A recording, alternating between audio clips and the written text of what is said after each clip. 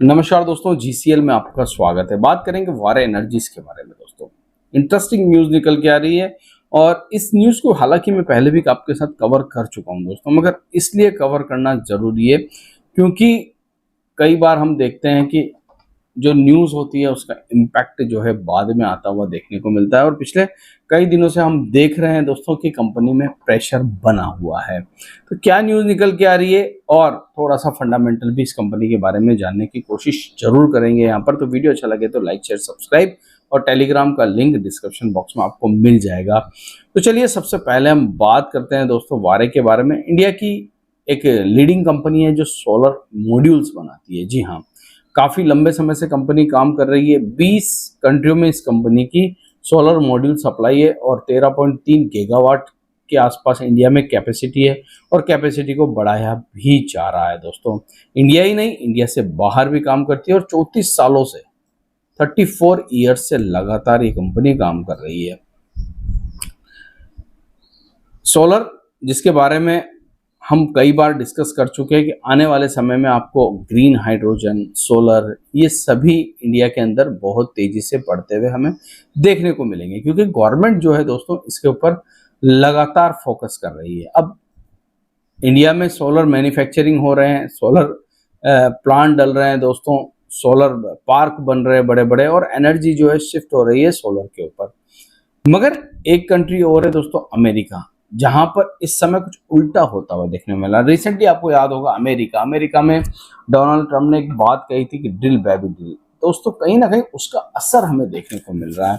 मैं उस पर चलूंगा मगर थोड़ा सा हम कंपनी के बारे में और जानेंगे। दोस्तों, इस कंपनी की 5 मैन्युफैक्चरिंग फैसिलिटी है दोस्तों, जो आपको गुजरात, सूरत, नंदीग्राम, उत्तर प्रदेश और एक जो है वो आपको अमेरिका में भी देखने को मिलेगी। वहां पर भी इनकी सोलर जो है मैन्युफैक्चरिंग कंपनी है। सोलर पीवी मॉड्यूल 78% रेवेन्यू वहां से आता है। सोलर ईपीसी सर्विस 15% रेवेन्यू वहां से आता है। सोलर एनर्जी स्टोरेज से 7% रेवेन्यू वहां से आता है। इंटरनेशनली बिजनेस की अगर मैं बात करूं दोस्तों, तो आप यहाँ पर देख सकते हो बहुत सारी कंट्री में ये कंपनी काम करती है। जैसा कि मैंने आपको फर्स्ट में ही बताया था, Canada, Italy, Hong Kong, Turkey, Vietnam, US में लार्जेस्ट एक्सपोर्टर है। Making according to 57% export sales ये कंपनी वहां पर करती है। इंटरनेशनल, जैसा कि मैंने आपको बात बताया, टेक्सास के अंदर इनका एक प्लांट है, यूनाइटेड स्टेट के अंदर। ऑर्डर बुक बहुत जबरदस्त है, 16.6 गीगावाट की ऑर्डर बुक है दोस्तों, काफी बड़ी ऑर्डर बुक है। जून 2024 तक की, उसके आगे की अभी अपडेट नहीं है।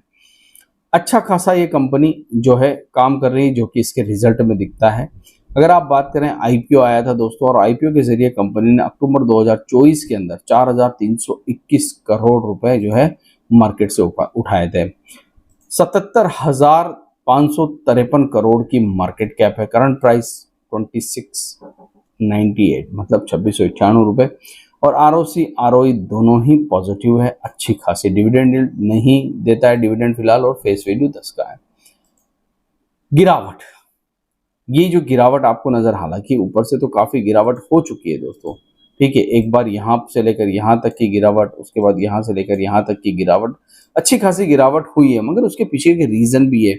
क्या इसके क्वार्टरली रिजल्ट खराब आए थे? अगर क्वार्टरली रिजल्ट की बात करें तो अब तक के सबसे बेहतर क्वार्टरली रिजल्ट इस कंपनी के हमें देखने को मिले थे। अगर ईयरली रिजल्ट की बात करूं तो ईयरली रिजल्ट भी इस कंपनी के सबसे बेहतर हमें अब तक के देखने को मिले थे।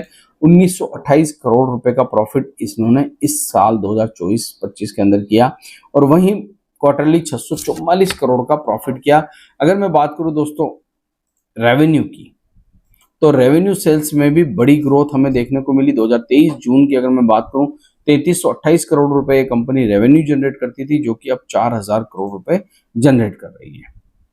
ईयरली अगर मैं बात करूं दोस्तों, जो कंपनी कभी 1996 करोड़ की सेल्स करती थी 2020 में, वो कंपनी अब 14,444 करोड़ रुपए की सेल्स कर रही है ईयरली। बैलेंस शीट स्ट्रॉन्ग है, हालांकि रिजर्व्स है कंपनी के पास, छोटे मोटे कर्जे भी हैं कंपनी के पास।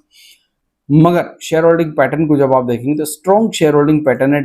प्रमोटर खुद 64% है, डीआईज यहाँ पर 2.5% के आसपास, एफआईआई 30 रिटेल इन्वेस्टर 32% के आसपास है। ये तो दोस्तों बात हो गई पूरे फंडामेंटल्स की इस कंपनी के बारे में, जो जानकारी हमारे पास इंटरनेट पर अवेलेबल है वो मैंने आपको प्रोवाइड करवा दी। किसी भी प्रकार से मेरी किसी भी स्टॉक में बाय सेल रिकमेंडेशन नहीं है, याद रखिएगा। वीडियो सिर्फ और सिर्फ इंफॉर्मेशन एजुकेशन के लिए बनाया गया है। अब बात करते हैं दोस्तों खबर की। ये शख्स इस समय पूरी दुनिया को परेशान करके बैठा हुआ है। जी हाँ, डोनाल्ड ट्रंप साहब, इन्होंने सबको परेशान किया है। अब एक बिल लेके आ रहे हैं। ये बिल ऑलरेडी पहले आ चुका है दोस्तों, मगर अब ये बिल बहुत जल्दी आपको वहां पर लागू होते हुए देखने को मिलेगा। One big beautiful bill. जी हाँ, ये बिल क्या कहता है दोस्तों? ये बिल कहता है दोस्तों 2028 तक जितनी भी सोलर के ऊपर इनको और विंड के ऊपर सब्सिडी मिलती है दोस्तों, वो समाप्त कर दी जाएगी।